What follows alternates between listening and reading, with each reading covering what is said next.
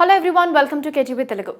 కాపు ఉద్యమ నాయకుడు, మాజీ మంత్రి, సీనియర్ రాజకీయ నేత ముద్రగడ పద్మనాభం చూపు ఎటువైపు? ఆయన ఏ రాజకీయ పార్టీలో చేరబోతున్నారు? కొద్ది రోజుల క్రితం ఆయన మా పార్టీలో చేరతారంటూ తెలుగుదేశం, జనసేన పార్టీలు పోటాపోటీగా ప్రకటనలు చేశాయి. ముద్రగడ ఇంటికి తమ పార్టీల నేతలను రాయబారాలకు పంపాయి. ఆ సమయంలోనే ఆయన తనయుడు, మా తండ్రి టీడీపీ, జనసేన పార్టీల్లో ఏదో ఒక దానిలో చేరతారు సుమా అన్నారు కూడా. ఇక అదే సమయంలో పాలక వైఎస్ఆర్ కాంగ్రెస్ పార్టీ నేతలు కూడా ముద్రగడతో టచ్లో ఉన్నట్లు ప్రచారం జరిగింది. దానికి స్పందనగా ముద్రగడ తాను వైఎస్ఆర్ కాంగ్రెస్ పార్టీలో చేరబోవటం లేదంటూ ప్రకటన చేసినట్లు ప్రచారం జరిగింది. అయితే రోజులు గడుస్తోన్నా ముద్రగడ ఏ పార్టీలోనూ చేరకుండా ఉత్కంఠను అలాగే కొనసాగిస్తున్నారు.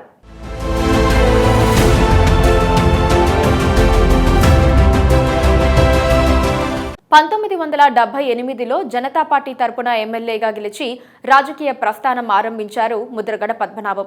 ఎన్టీఆర్ తెలుగుదేశం పార్టీని స్థాపించగానే అందులో చేరిన ముద్రగడ పద్మనాభం 1983-85 ఎన్నికల్లో టీడీపీ తరపున ప్రతిపాడు నియోజకవర్గం నుంచి పోటీ చేసి విజయం సాధించారు. ఎన్టీఆర్ మంత్రివర్గంలో చోటు సంపాదించారు కూడా. ఎన్టీఆర్తో విభేదాలతో మంత్రి పదవికి రాజీనామా చేసి సీనియర్ నేతల కేఈ కృష్ణమూర్తి, కె జానారెడ్డిలతో కలిసి తెలుగునాడు పార్టీని స్థాపించారు. 1989లో కాంగ్రెస్లో చేరి ప్రతిపాడు నియోజకవర్గం నుంచే గెలిచారు. 1994లో మొదటిసారి ప్రతిపాడు నుండి ఓడిపోయారు. ఆ తర్వాత ప్రతిపాడు నుండి తిరిగి పోటీ చేయలేదు. 1999లో టీడీపీ అభ్యర్థిగా కాకినాడ నుండి గెలిచి ఎంపీ అయ్యారు. 2004లో అదే నియోజకవర్గం నుంచి పోటీ చేసి ఓటమి చెందారు. ఆ తర్వాత ఆయన చట్టసభకు ఎన్నిక కాలేదు. కాపుల రిజర్వేషన్ల కోసం కాపునాడు ఉద్యమాన్ని ఆరంభించిన ముద్రగడ పద్మనాభం దాన్ని ఇప్పటికీ కొనసాగిస్తూనే ఉన్నారు.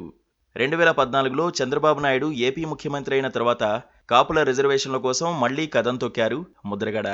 2014 ఎన్నికల్లో కాపుల రిజర్వేషన్లపై చంద్రబాబు హామీ ఇచ్చారు. ఆ హామీని నిలబెట్టుకోవాలని ముద్రగడ ఉద్యమానికి ఉరికారు. అయితే ఆ ఉద్యమాన్ని చంద్రబాబు నాయుడు ప్రభుత్వం అణచివేసింది.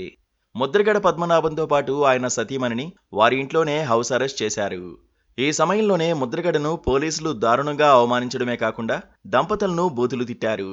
ఆ తర్వాత తునిలో కాపుల రిజర్వేషన్ల కోసం ఉద్యమిస్తోన్న వేళ ఓ రైలును గుర్తు తెలియని దుండగులు దగ్ధం చేశారు. దాంతో ముద్రగడతో పాటు పలువురు కాపు యువకులపై కేసులు పెట్టారు. 2014 నుండి 19 వరకు ముద్రగడను టీడీపీ కానీ జనసేన కానీ పట్టించుకోలేదు.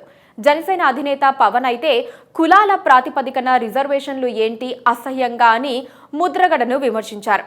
యువకులను తప్పుదోవ పట్టించటం మంచి పద్ధతి కాదంటూ ముద్రగడకు హితవు కూడా పలికారు పవన్ కళ్యాణ్. కొద్ది నెలల క్రితం పవన్ కళ్యాణ్ వారాహి యాత్ర చేసిన సమయంలోనూ ముద్రగడపై మాటల తూటాలు పేల్చారు పవన్ కళ్యాణ్, ఆయన పార్టీ నేతలు. ముద్రగడ పద్మనాభం పాలక వైఎస్ఆర్ కాంగ్రెస్ పార్టీకి కొమ్ము కాస్తున్నారంటూ విమర్శలు చేశారు. అయితే అన్నిటినీ మౌనంగానే ఆలకించిన ముద్రగడ పవన్ కళ్యాణ్ కు ఓ బహిరంగ లేఖ రాశారు. అందులో కాపులకు జరిగిన అన్యాయాన్ని, చంద్రబాబు వైఖరిని ఎండగట్టారు. నిజాయితీగా ఉద్యమం చేసిన తనపై విమర్శలు చేయటం తగదని సలహా ఇచ్చారు ముద్రగడ.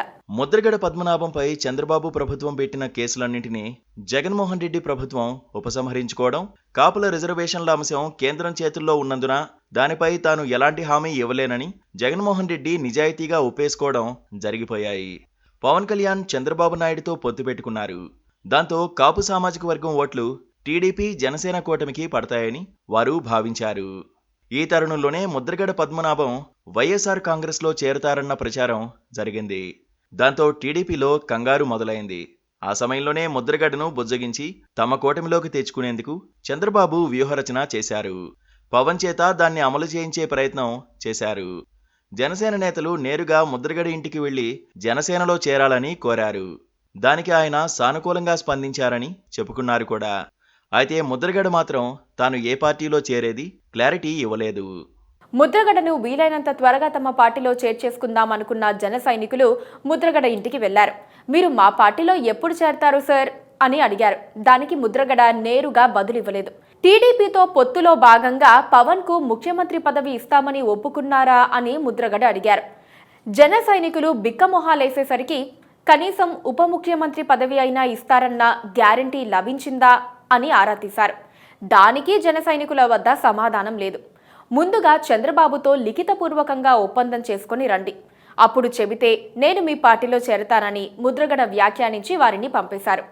పవన్కు సీఎం పదవి కానీ డిప్యూటీ సీఎం పదవి కానీ ఇచ్చే పరిస్థితి లేదని టీడీపీ నేతలే అంటున్నారు. అంటే కీలక పదవి ఏదీ పవన్కు దక్కే పరిస్థితులు లేవని తేలిపోయింది. దాంతో జన సైనికులు టీడీపీ అధినేతపై కారాలు మిరియాలు నూరుతున్నారు. ఇది జరిగిపోయి కూడా వారం దాటింది. అయినా ముద్రగడ పైన ఎటో తెలియడం లేదు. ఈ నేపథ్యంలోనే రాజకీయ వర్గాల్లో ఓ పుకారు షికారు చేస్తోంది.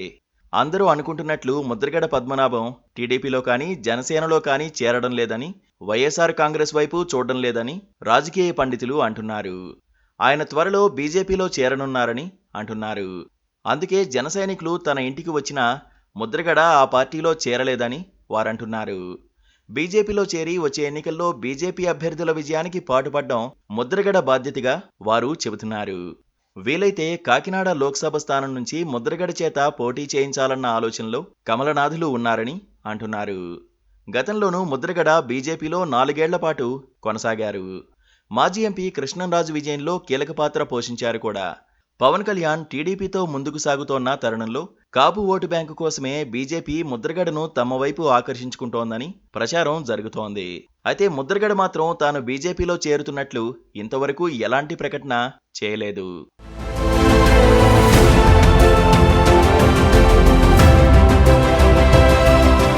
Please subscribe to KTV Telugu. KTV Telugu. KTV Telugu. KTV Telugu channel.